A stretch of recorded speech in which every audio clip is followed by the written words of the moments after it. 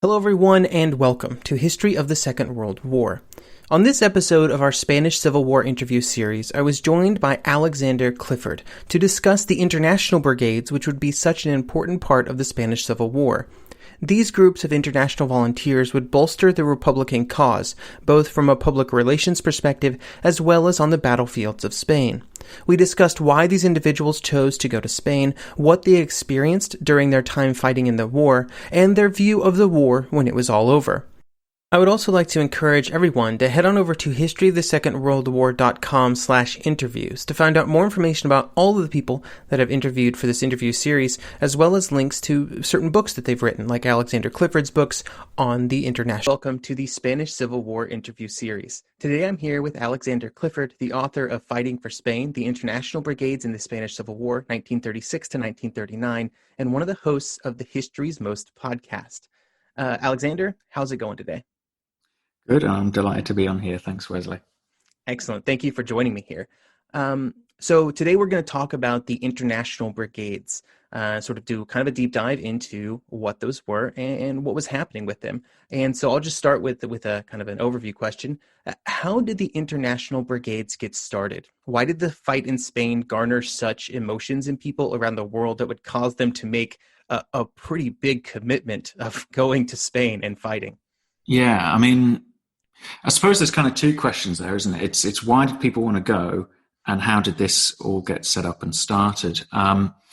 So on the why people wanted to go, I think the 1930s is it's an age of extremes. That's a common saying about it, isn't it? And you have political extremes, you obviously have economic hardship, and it's a time when these ideas of fascism, communism, that sort of thing, are really gaining traction, really around the Western world, and particularly obviously in Europe. And what seemed to be happening in Spain, the perception, I would say, of what was happening in Spain, whether or not it was entirely accurate, the perception outside of Spain was that what was happening in this civil war was the great debates of the age, fascism versus communism, democracy versus dictatorship, were being played out, literally being played out in combat on Spanish soil. And so if you had a kind of horse in that race, so to speak, that was where you wanted to go. That was where you wanted to kind of express your support for one side or indeed the other. And whether you went or whether you kind of expressed that support through your writings, a lot of intellectuals, for example, through their art or writing, express support for the Republic. I wanted to, if you don't mind, a quote I think really sums up the fact that these motivations, because I think one thing that, even though, notwithstanding what I've just said, when you make a big decision in your life, it's not usually for one reason. There's usually lots of factors all play a part and reach that big decision. So this is a letter from an American volunteer called James Lardner, and he wrote it to his mother, who didn't know he was going, and he wrote it once he got there. So she couldn't do anything about it. And he said this: "Because I believe that fascism is wrong and must be exterminated, and that liberal democracy, or more probably communism, is right, because my joining the International Brigade might have an effect on the Neutrality Act in the United States, because after the war is over, I shall be a more effective anti-fascist, because in my ambitious quest for knowledge in all fields, I cannot afford in this age to overlook war, because I'm mentally lazy and should like to do some physical work for a change, because I need something remarkable in my background to make up for an unfortunate self-consciousness in social relations." So I think that's a quote I like to use, because it's basically every aspect: the young men wanting to go on an adventure, the good cause, the anti-fascism, the belief in democracy or even communism. And so, you can pick and choose for any individual volunteer what ratio of those different causes made them want to go.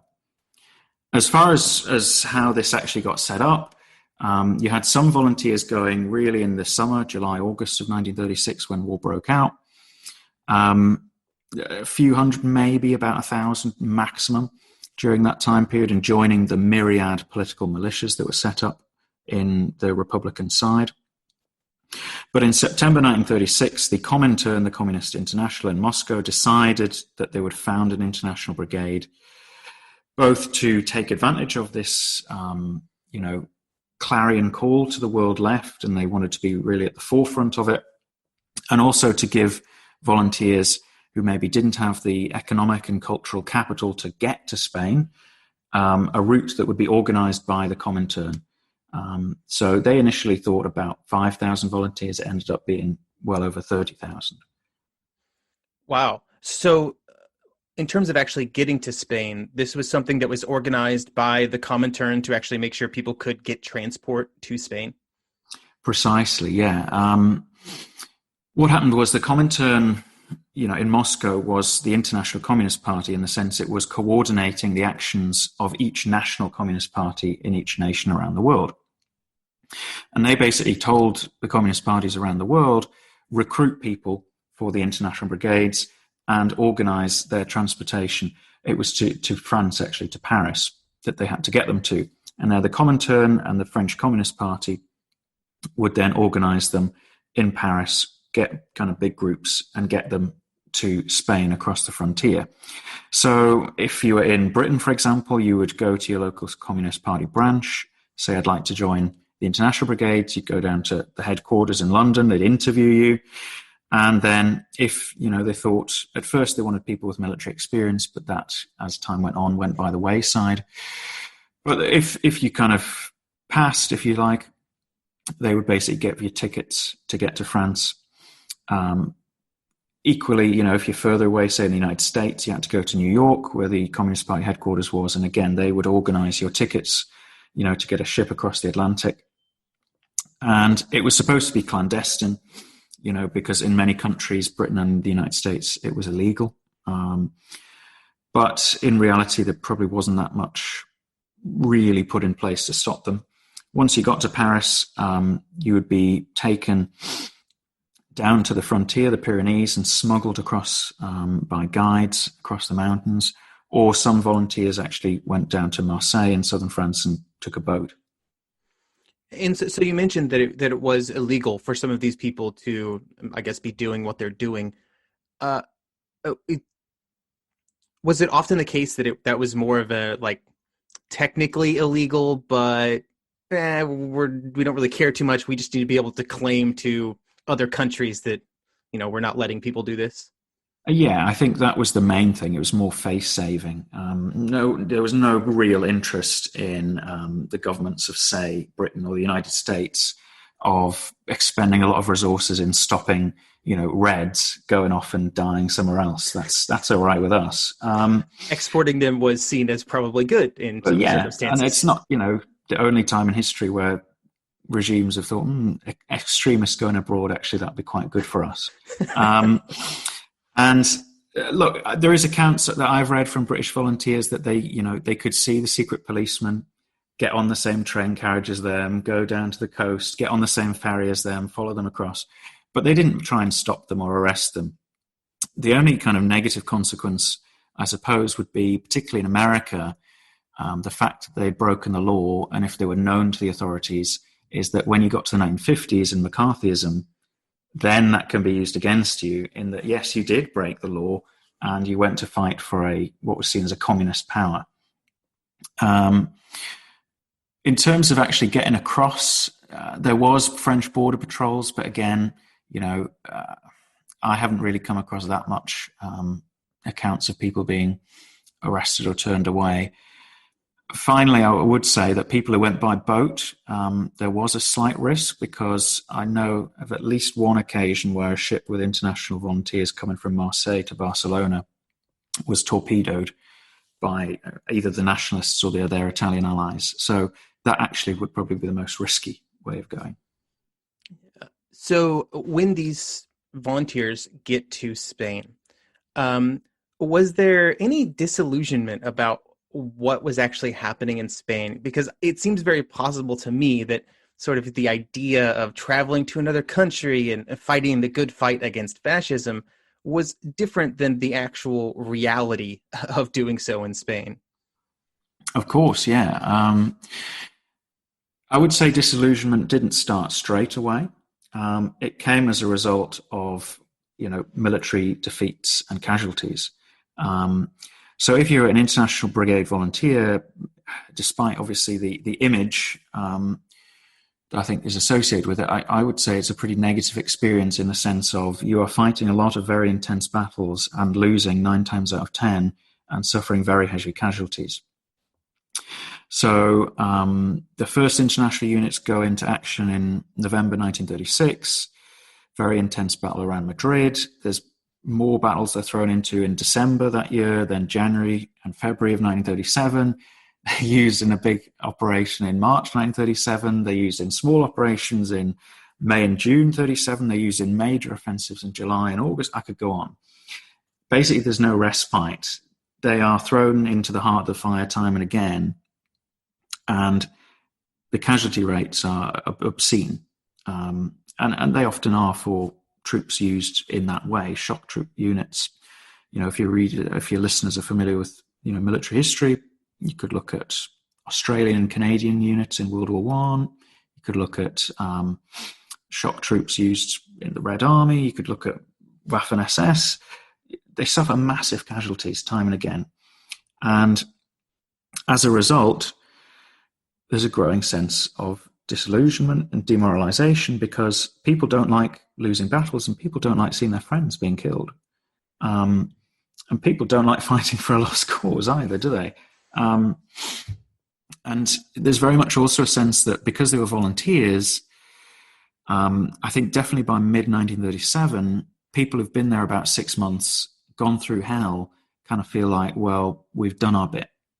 We have come of our own free will and fought, hard, and we'd quite like to go home. But of course, as is the case in any army, you can volunteer in, but you can't volunteer out. If you volunteer for the British Army in World War I or World War II, you can't suddenly after 6 months go, yeah, it's been pretty rough. I'd like to go now. I don't like trenches. I'd like to go home. Yeah. And I think the International Brigades get quite a lot of stick from well, maybe not necessarily the historians of them, but in the sense of, oh, well, these brave volunteers and how cruel it was. Well, what really can you do? You can't let people leave your army whenever you like. That just simply isn't going to work. And it was also very difficult for home leave because I've just said it was a legal journey. You can't really send them back and go, oh, well, come back in 3 days. So it was a pretty grim experience. And the discipline system was harsh. I wouldn't say it was, some people say it was kind of like an extension of the Stalinist terrors. I think that's going way too far. For one thing, we've never found any kind of mass graves of International Brigaders executed or anything like that. But people were shot for cowardice. People who were serial deserters were shot. And much more common, would be if you were a deserter being put in a prison or in a Labour battalion for some weeks, which obviously was not a nice experience either. So without doubt, there is demoralization, and it's mainly, as I would argue, as a result of military factors of fighting and dying in very large numbers. You mentioned that there's several thousand that sort of make this journey. Was it like a continuous stream? So like, were there units where there were these people who had been through some stuff, and then there are new sort of idealistic volunteers coming in, and there was like a clash of ideals or anything? That's a really great question. You get the biggest glut is in the kind of autumn winter of 1936 into 37.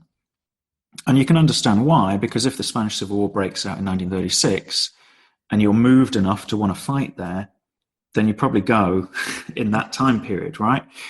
And over time, the influx of volunteers gets gradually less and less and less, because if you wanted to go, you're not going to go 2 years into the war for the most part.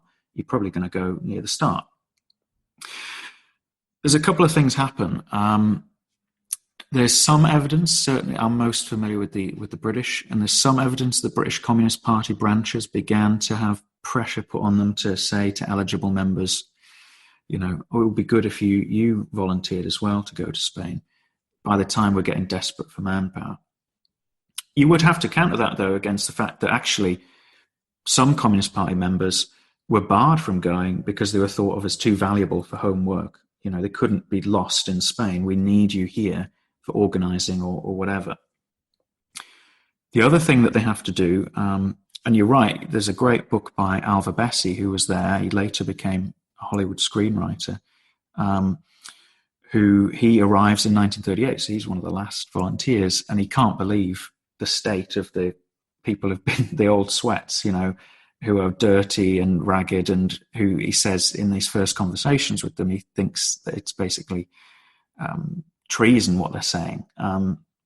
But it's kind of the grumblings of tired soldiers. But the other thing they have to do in the International Brigades, because the flow of volunteers gradually gets less and less and less, is that, and this is often overlooked, Spaniards, mostly conscripts, but some Spanish volunteers, are used to fill up the ranks of the International Brigades. And by late 1937, they are majority Spanish units with a core of hardened international veterans and veterans in NCO and officer positions. But, from the second half of 37 onwards, and particularly in 1938, the International Brigades are foreign-led, really, units with a core of foreign veterans, but actually a majority Spanish conscripts. For the people who went to Spain, you mentioned earlier that at the beginning, at least, they wanted people with military experience for obvious reasons. Over the course of the war, do we have any idea what kind of a percentage or estimate of how many people had military experience and how many just people that didn't? I couldn't put an exact figure on it, but what I would say is it varies widely from country to country. So if you're looking at volunteers from Germany or France, for example, which were both very large contributors, if you like, it's pretty high because of the recent experiences of those two countries. You have, almost all men of a certain age have been conscripted in the First World War in those countries. You look at the United States, on the other hand, and they had no veterans. They had no one really with military experience because of how few had served in the First World War, and the relatively small size of the US Army in the interwar years, to the point where, the first commander of the American battalion, his military experience is that he spent a couple of summers in his university's officer training corps to earn a few dollars on the side. And that's it. And he's in command of a battalion.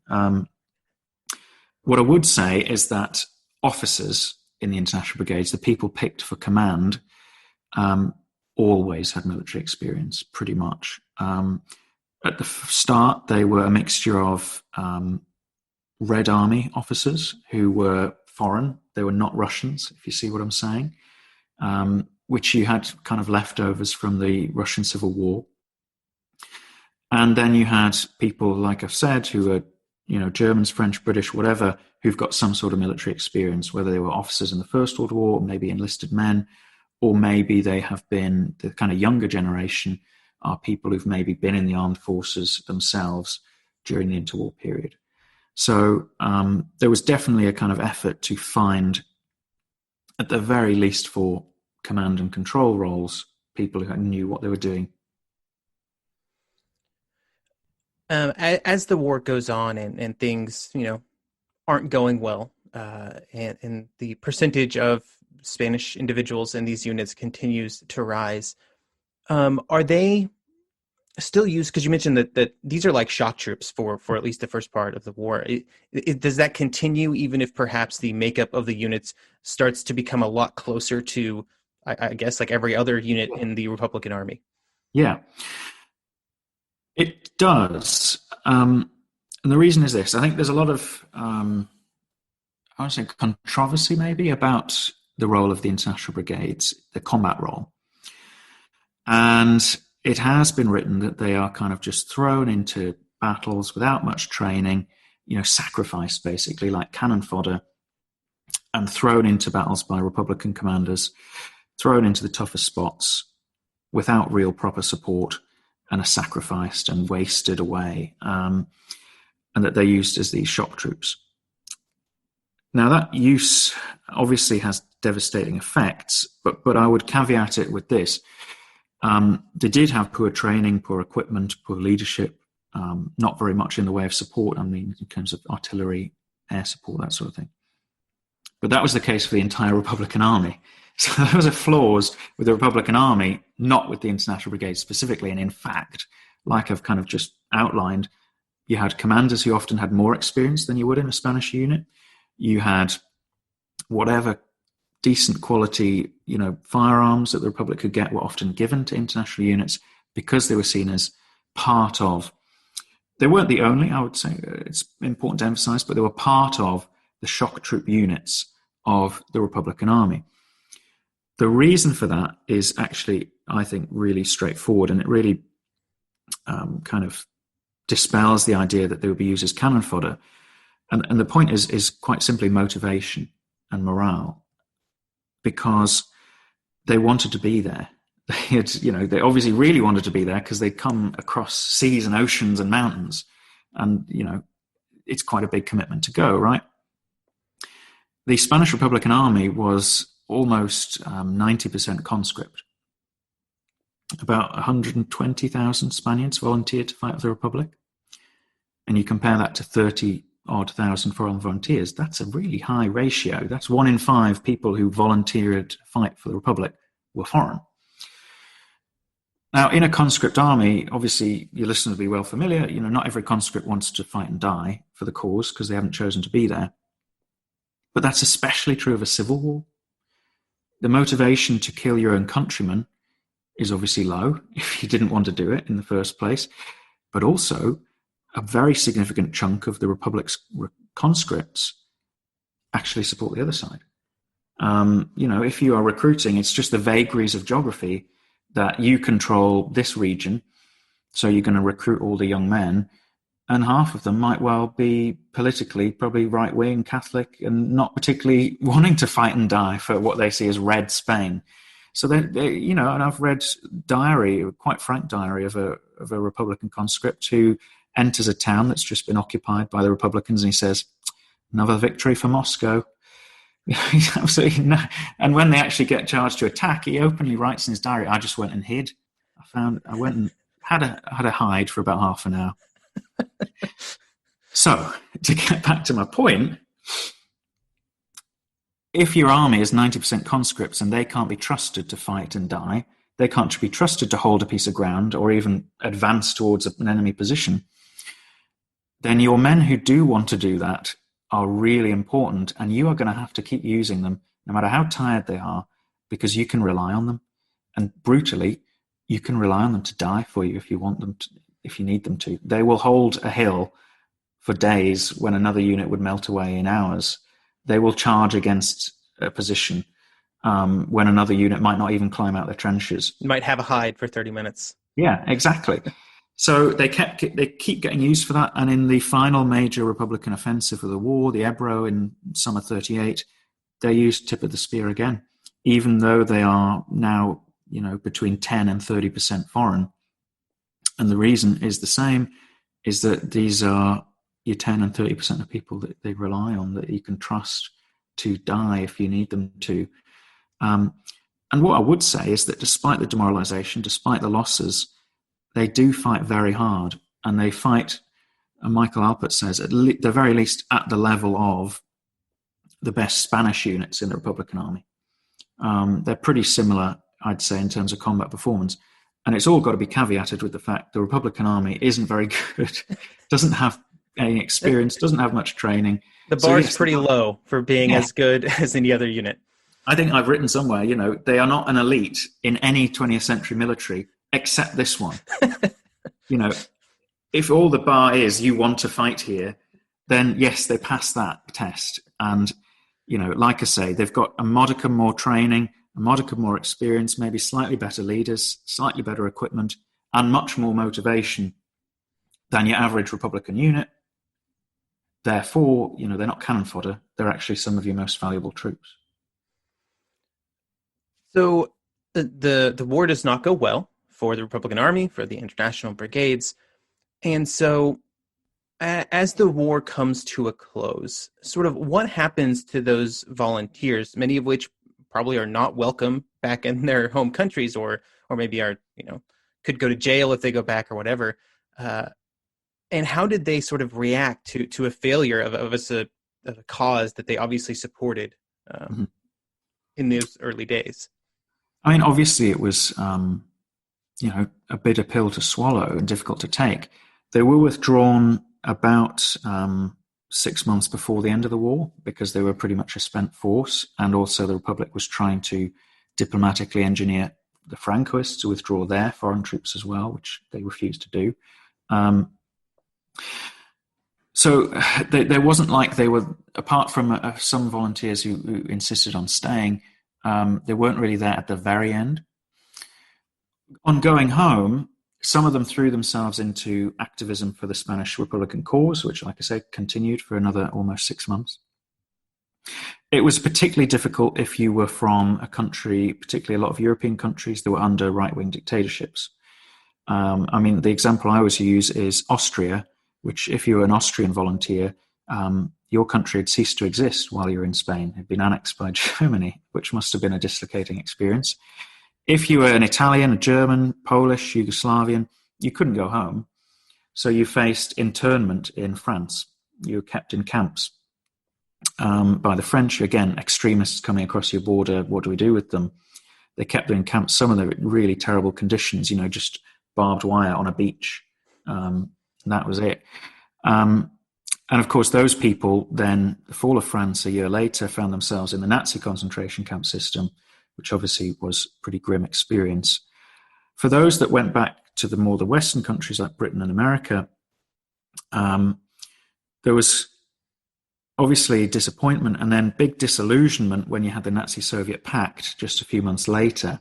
We've been fighting the fascists and indeed, de facto the Nazis in Spain, and now suddenly the Communist Party is peddling the line that actually these are our kind of new allies, and that the Second World War, when it started, was the Communist Party line was it was an imperialist war and not something we should be supporting. We should be opposed to the British war effort against Nazi Germany, which obviously was a really split British communists, for instance.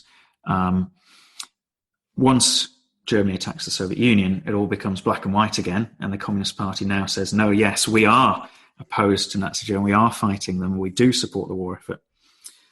What you see, unsurprisingly, though, is quite a lot of International Brigade volunteers serving in World War II.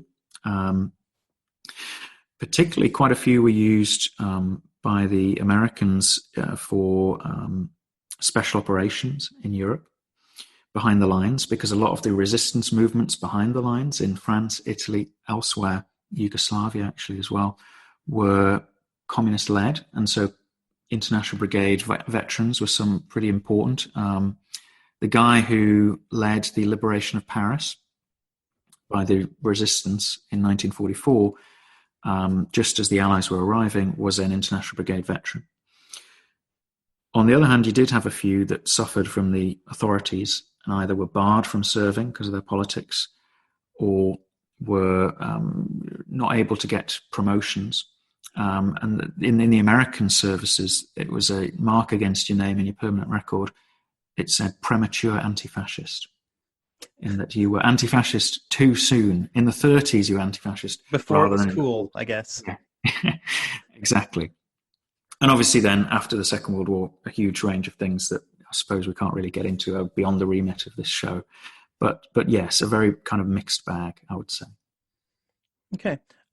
What was you mentioned the complex relationship, I would say, between the Soviet Union and Germany immediately after the Spanish Civil War. So what was kind of the Comintern's sort of usage of the International Brigades from a propaganda perspective, both during the war and after?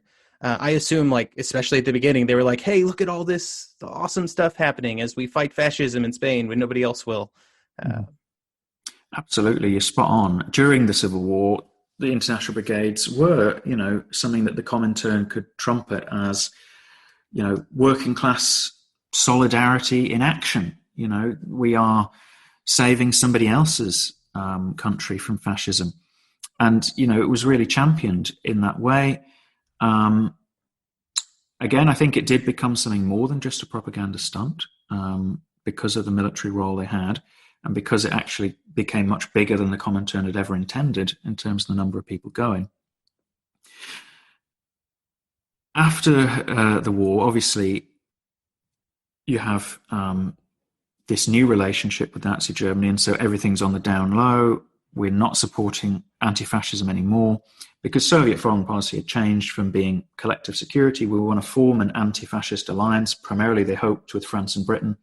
That didn't succeed in the mid to late 30s. So instead, they did the Nazi-Soviet Pact, which, as I say, had a terrible effect on communist parties around the world. And after the war is that thing that's been put back in the box is taken out again, and the International Brigades are once again heroes in the Soviet bloc, if you like, in Eastern Europe, where you could look at East Germany, for example, and they really celebrated the International Brigades as being Germans who were fighting fascism way back in the 30s. Look at the proud example of what German communists did. They were on stamps and things like that. There was, you'd probably read about them in school textbooks and things like that. And actually, some International Brigade veterans rose to high office in the Soviet bloc. A German, Wilhelm Zeiser, would become the Minister of Security, I think, in East Germany for a time. So, like I said, it's kind of like they were amazing propaganda tool, if you like, for the Comintern in the 30s during the Civil War. Then it's all kind of downplayed. And then after the Second World War, they can once again be this kind of heroic example. Excellent. Well, thank you for coming on the podcast to chat with me about this. And this has been a very interesting and enlightening conversation. Thanks so much for having me, Wesley. I've really enjoyed it.